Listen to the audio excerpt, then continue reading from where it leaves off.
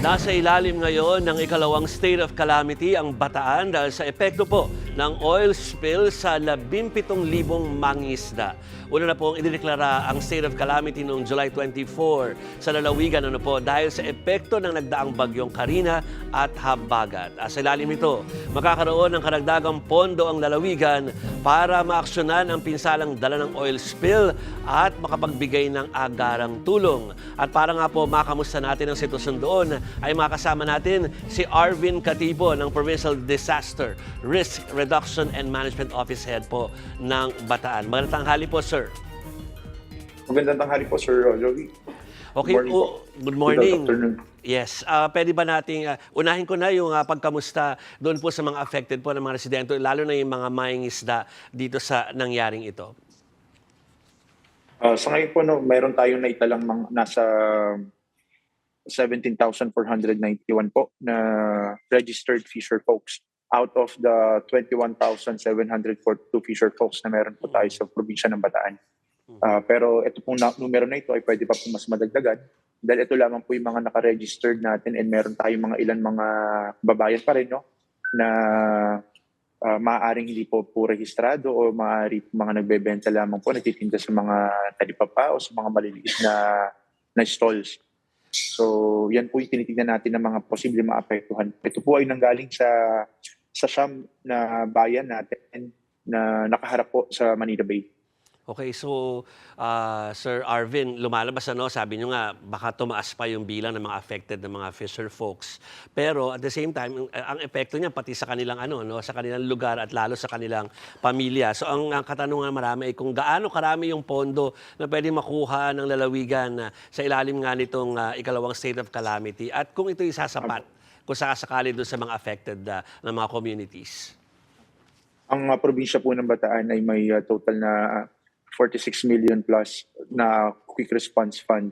Pero mukha man po ito malaking pakinggan, pero wag po natin kalimutan na some amount of this have already been utilized under the first declaration of state of calamity, Yes. which is yung kay Karina.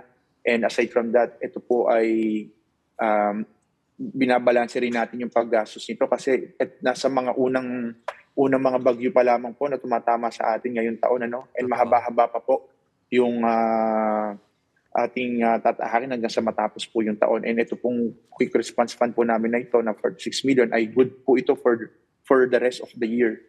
So definitely, hindi po ito sasapat lalo pa kung makikita natin na patuloy pa po magtatagal yung operasyon ng siphoning po and ng pag-salvage po dito sa mga lumubog po na barko o vessel dito sa aming lalawigan. Kumbaga, hindi talaga pwedeng itodo naman yung paglalabas doon dahil marami pang pwedeng ma-expect, sir?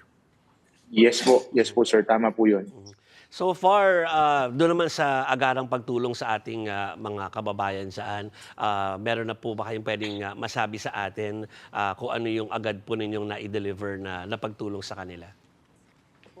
Actually sir, sa bayan po ng Limay, nung pong mismong 25 po nangyari, yung insidente ni Terranova, and kinabukasan lamang po nakapagpaabot na po agad tayo ng tulong sa pangunguna po yan din ng bayan po mismo ng local government po ng Limay Bataan, nila Mayor Nelson David and Vice Mayor Richie David, and then tayo po sinuportahan din naman natin sila. And aside from that po, meron na po tayong yung mga stockpilings po natin na hindi po nagamit or natira po doon sa mga naipamigay po nating tulong sa mga nasalanta po ni Karina ay naka-ready na rin po at may mga ilan na rin po tayo na-distribute sa ilang mga bayan po or barangay po sa Mariveles and Limay din. Okay, puntahan ko naman yung mismong oil spill, Sir Arvin. Ano na yung mga hakbang na ginagawa para ma-contain yun o kaya ay hindi talaga maging malala yung sitwasyon?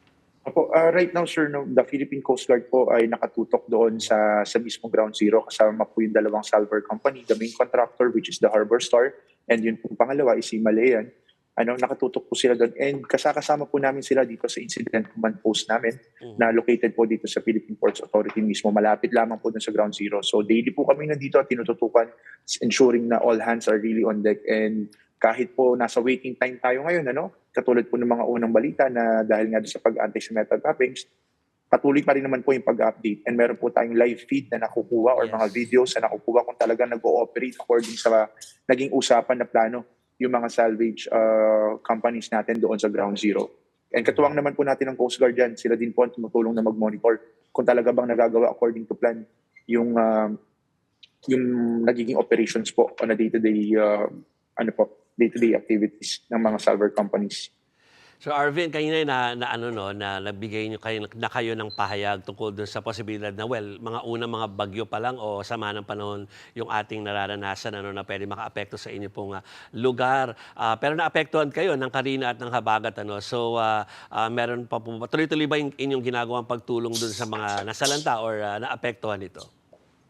Yes po. Actually, we have a very good coordination po with the DSWD also na po. And nakakukuha nga lang po namin yung additional 5,000 na naman and meron po kami kukunin na additional 5,000. Sunod-sunod po ito na nakalatag na ng mga relief items po natin or food packs that will be provided po sa lahat ng affected pa ni Carina. And aside from that, the Office of Civil Defense Region 3, through our coordination po, ay nakakuha rin po tayo ng mga non-food items na pwedeng magamit ng mga non-food items like mga hygiene kits, mga family packs na i-distribute po natin or mag-distribute po natin sa mga affected families po ni Carina.